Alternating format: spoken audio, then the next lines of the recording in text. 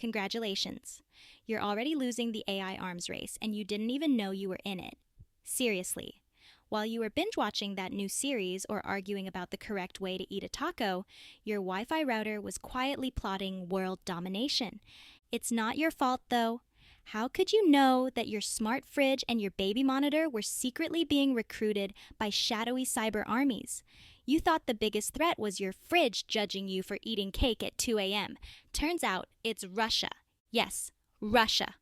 According to the UK government, they're not just eyeing borders anymore. They've got their sights set on your Wi-Fi, your doorbell camera, and probably your pet tracker too. If your cat mysteriously disappears one day, don't look at the neighbors, look at Moscow. But don't panic yet. The UK government is on it. They've launched a brand new AI security lab because nothing says we've got this like a shiny new building and a press release. Oh, and they've thrown a solid £8.22 million at it. That should totally stop the apocalypse, right? Stick around. By the end of this video, you'll either feel slightly safer or you'll be Googling how to build a bunker with Wi-Fi in incognito mode. Spoiler alert, Wi-Fi won't save you. So, what's the grand plan to stop this cyber Armageddon? Drumroll, please. It's called the Laboratory for AI Security Research, or LASR for short, not to be confused with LASR, which might actually be more useful in a cyber war. LASR will bring together the brightest minds from government, academia, and industry. That's right, a room full of bureaucrats, professors, and tech executives. The same people who still think password 123 is a secure password. Imagine it. One guy in a suit explaining national security to a data scientist who's more interested in optimizing coffee algorithms. Another guy from HR reminding everyone to take their mandatory cybersecurity training while actual hackers are coding in the background. And let's not forget the industry partners, because when your toaster is under cyber attack, you definitely want help from the people who made it glitch every time you tried to toast a bagel. Now, let's talk about the cyber war. The Chancellor of the Duchy of Lancaster, don't worry if you've never heard of that title, no one has, painted a lovely picture of our current reality. Cyber war is now a daily reality, he said. Fantastic. Just what we needed. As if inflation, climate change, and your neighbor's karaoke nights weren't bad enough, now we've got cyber war every single day. But don't worry, our defenses are being tested constantly, which is government speak for we're holding it together with duct tape and prayers.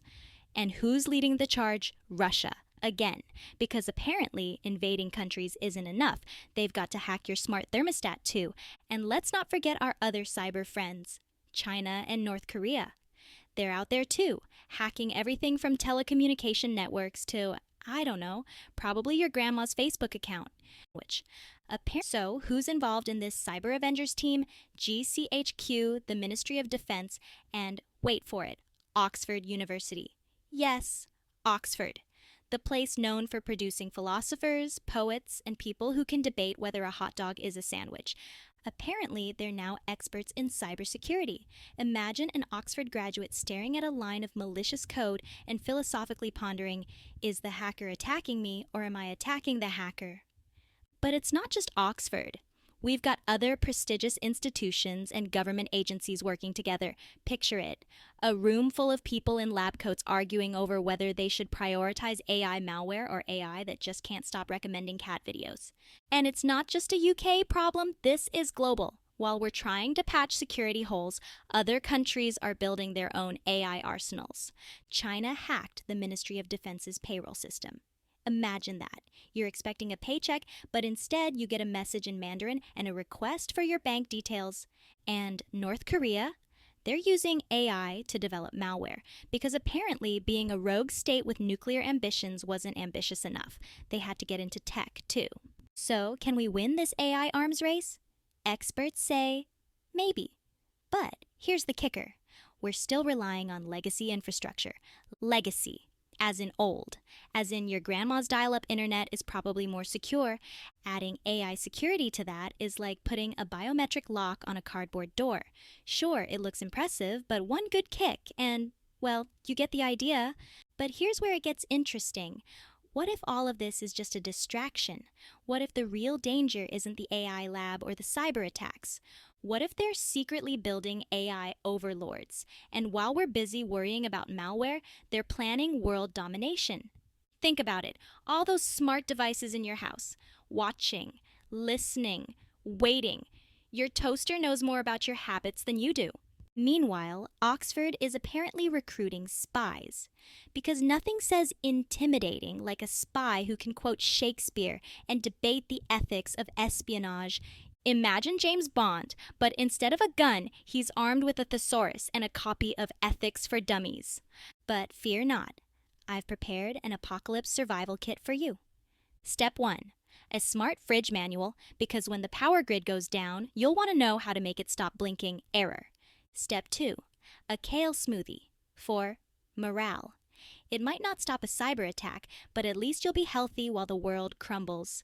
And finally, a rubber duck. Because even in the apocalypse, self-care is important. Plus, it floats.